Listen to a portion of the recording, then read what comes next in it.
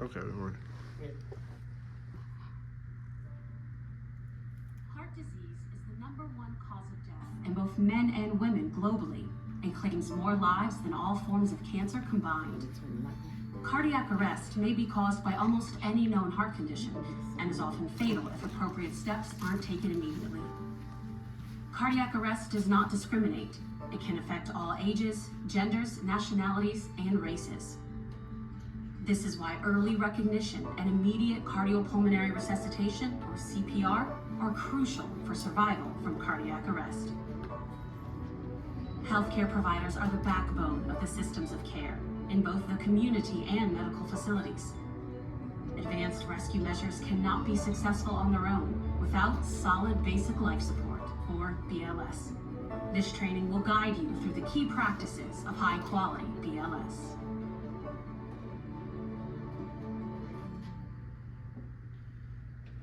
Products are shown for demonstration purposes only. The AHA does not endorse or recommend any specific manufacturer or product. In order to show skills clearly, the healthcare providers in this video do not always use recommended personal protective equipment such as gloves. The AHA's mission of saving lives is a global initiative. The AHA recognizes that heart disease is the #1 killer of both women and men. However, most skills in this video will be demonstrated on male victims to respect global awareness and cultural sensitivity.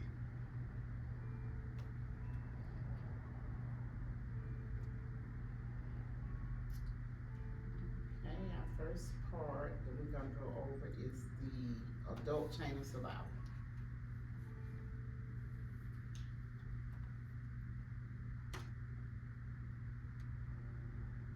On any given day, and at any time, you can encounter a victim of cardiac arrest because about every 90 seconds, a person dies of sudden cardiac arrest. But with the training you receive today, your actions can give a victim the best chance of survival.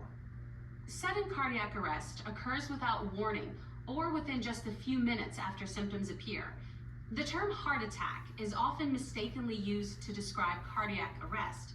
Although a heart attack may cause cardiac arrest and sudden death, they are different conditions. But it's important to call emergency services for both. There's more information on the differences between heart attack and cardiac arrest in your provider manual.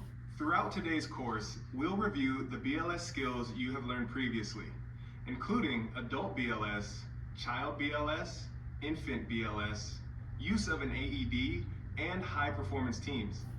In this video, we'll revisit each skill and use practice while watching, where you'll practice along with the video.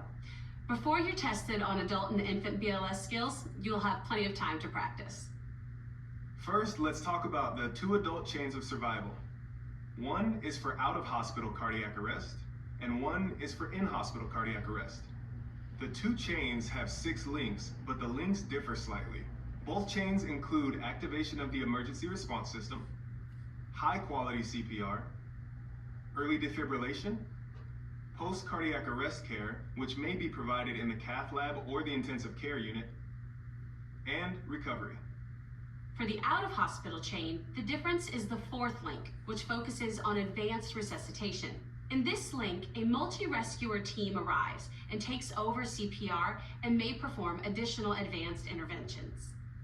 For the in-hospital chain, the difference is the 1st link. It focuses on early recognition and prevention of cardiac arrest with patient monitoring and assessment, and, if necessary, rapid response by the medical emergency team when a patient's condition starts to deteriorate.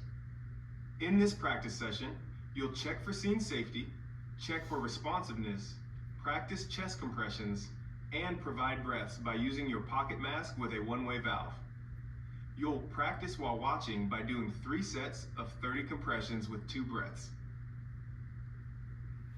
Okay, a couple of things to remember is that, like, the differences between your cardiac arrest and your heart attack.